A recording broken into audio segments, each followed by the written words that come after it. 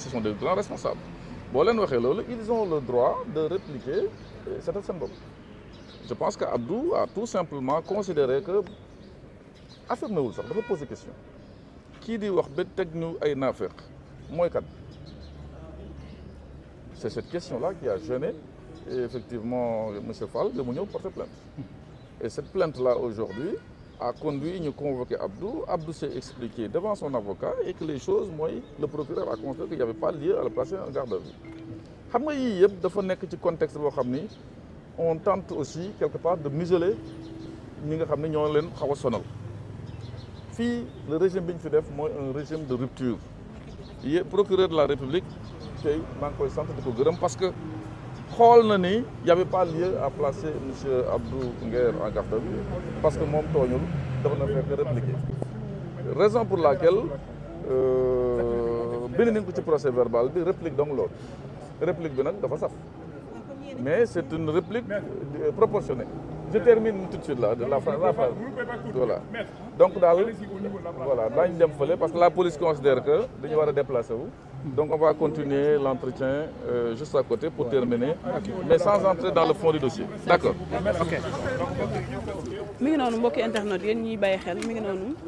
dañoo juste demander à ce que ñu. Durée dañ ko dafa sensible parce que ça concerne un responsable d'un parti au pouvoir mooy le PASTEF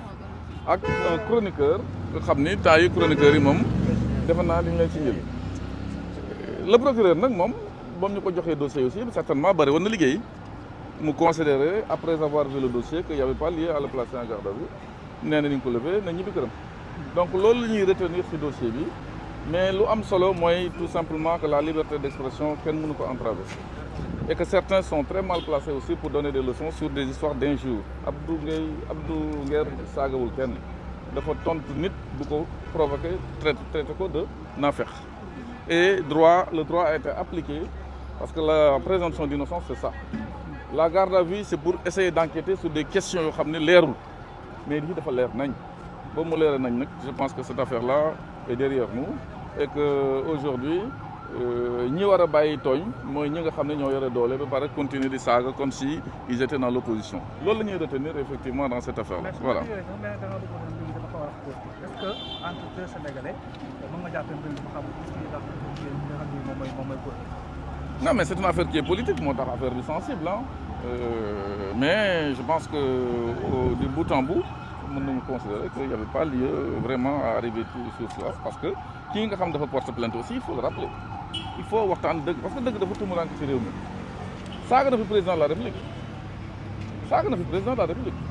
kenn mësu ko kenn téewu ko il y a aussi des gens qui ont insulté gravement ici je pense que c'est un médecin je ne dirai pas son nom vous savez désormais nous sommes dans un royaume et que le premier ministre Ousmane Sonko est un roi et que le président resterait un prince ku fi wax ñu dal sa kaw ba utiliser des mots yoo xam ne man mënuma ko réitérer aujourd'hui kenn jëliwu ko pourquoi le kumba am ndey kumba amul ndey y a de ces gens qu'il faut tout simplement arrêter parce que ñu bañ a di tooñ koo fi tooñ te justice deful rôle am surtout le procureur de la République j'appelle vraiment le procureur à jouer son rôle pour que l'ordre public soit respecté et que tooñ yi wàññeeku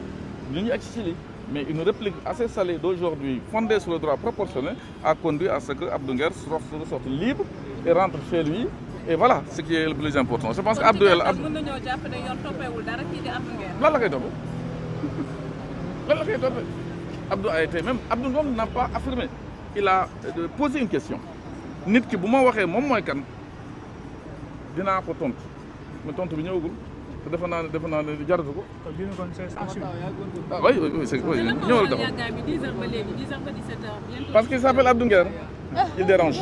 ñëwal si digg bi. Abdou Nguer ñu ngi lay nuyu bu baax a baax. waaw yaa juddu ci convocation bi. lan nga wax Sénégalais yi waaw comme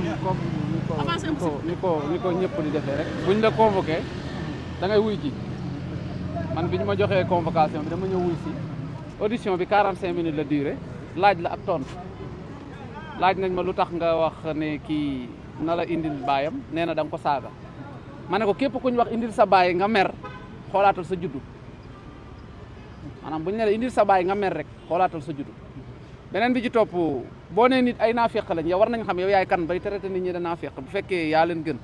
xam nga doomu yonent bi sallallahu alayhi wasallam bu ñëwoon fii wàcc ne ñun ñëpp yéen ñëpp maa leen gën nañ ne waaw ndax yonent bay bàyyam mais Azoura kuy bàyyam ba mu ñuy taxaw naan ñun ay naafeq lañ te chaque jour dinañ ko koy laaj kan moo ko jur ak nu mu mel ci réew mi ba tax mu naan ñun ay naafeq lañ te loolu chaque jour dinaa ko koy laaj. ndax jàpp nga ne lu ni mel du crime. non xam nga boo ñëwee ne nit ñi ay naafeq ngeen naafeq mooy nit ku bon fa bon yam nga ne ñi ay naafeq lañ léegi yow war ngaa xam yow miy wax nit ñi naafeq lañ ban pouvoir nga am kan moo la jur ndax yàlla da lay wax yu wan la naafeq yi wala loolu nag géré nañ ko mu jeex ñu toog foofu li fa des yëpp nag toog waxtaan la julli jotee ñu julli toog waxtaan kese waxtaanu àdduna rek a fa desoon de audition bi 10 heures la 10 heures 45 jeex na la fi des toog waxtaan la woon amee bu fekkee waa commissariat bi kay yéen ku ma soxla da nga may invité comme ñoom mënuñu maa invité ma ñëw ñu ne nañ ko convoqué kay ñu waxtaan. mais Abdou bëgg naa la laaj leen lan ngay wax régime actuel bi nga xamante ne ñoo fi nekk di dànkaafu ñenn ci chroniqueur yi ñu jàpp ne dañuy yëkkati ay kàddu yu safaanu di ko jëmale ci ay kilifa. régime bi ñoom laay wax gouvernement de Pastef lu ma wax sax régime wala kii gouvernement de Pastef ñoom ministres yeeg DG yeeg ñoom nañ ma moytu. moytu la yow. waaw man aw ma dara lu may perte loolu nag wax la. te gars yi dinañ desserrer auto bi ndax waxoon naa leen lii du combat bi du tey. alors je précise juste que pour que public bi xam sénégalais yi xam ku xam Abdou parce que Abdou tey laa ko mos a gis de près mais ci li muy wax ak lu muy kii yëpp day indi ay firnde pour tax ba léegi kenn mënulu ko dara laaj nañ ko nag est-ce que da ngay retirer say propos wala da ngay baalu mu ne je maintiens mes propos baaluwuma mu leer. waaw effectivement mu leer. voilà. waaw parce que loolu man maa ko wax maa ne leen retiré ma te bu ko waxaatoon tey ma demaat tey waxaat ko lu ko gën a pire sax ndax moom leeralagul ba tey te bu ko waxaatee damay leeral man. est-ce que envisagé nga porter plainte kii di Azoura Fall. jaru ko yaa ngi wax naan daf leen traité de naafeq. non garaawul waa des médias ak Futurs Médias. garaawul comme moom am na naqaru xol ba nee na ni ñu koy léser ci réseaux sociaux ak challenge si moo ko metti loolu la fa bind. nee na challenge yi ñu koy challenge owe ton papa moo ko métti dina dee ndax day continuer. ah baax na soxal merci. ok merci ñu dem. noonu mbokki internet le Dakaroua TV yéen ñi nga xam ne yéen a ngi ñuy bàyyi xel depuis ce matin ñu ngi am mbégte bu baax a baax aujourd'hui doon ànd ak yéen ci li nga xamante ni moom moo di le cas de Abdou Nguer ak ki nga xam ne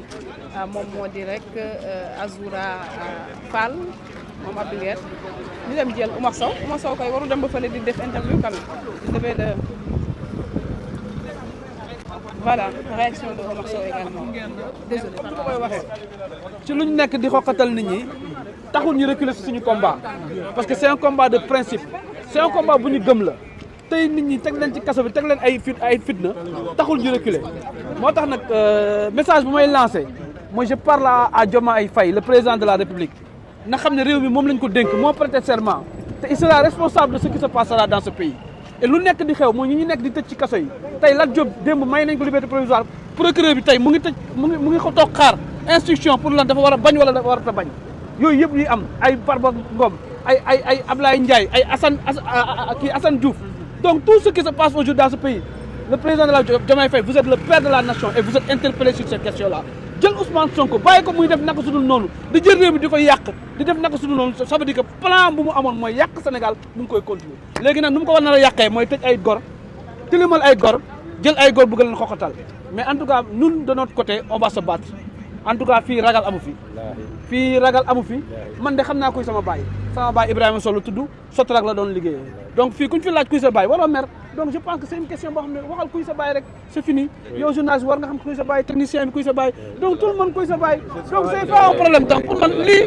police am na lu mu war a def lu dul convocation yi ñàkk fayda yi donc pour man la police a d'autres travail mooy la sécurité intérieure et la sécurité publique nañu bàyyi police liggéey nañu bàyyi gendarme liggéey ñu bàyyi nit ñi jël di leen dénk police pour di leen xokkatal toute la journée te nit ñaa ngi jëm ci julli ji nit ñi lu ñu tal mooy soble ak pompiteer ak ginaar te réew mi amul xaalis réew mi dëgër na en tout cas ñu ngi profité di baalu ñëpp ak di ñaan yàlla ñun ñi yàlla may ñu lu ñu correcté loolu ñu tal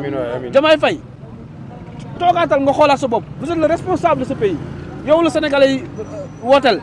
donc pour man tey war na jël ay responsabilités ay mbokk Diomaye Faye aussi maa ngi leen interpellé waa Ndiaga Ndiaye jóg leen si seen doom ngeen xool est-ce que qu'est-ce qui se passe lan moo ko dal lu ko téye dañ ko tënk wala lan qu'est-ce qui se passe loolu aussi c'est des questions yoo xam ne maa ngi koy laaj man aussi tamit ay mbokkam jóg ci seen doom Diomaye Faye parce que nag xamul lu xew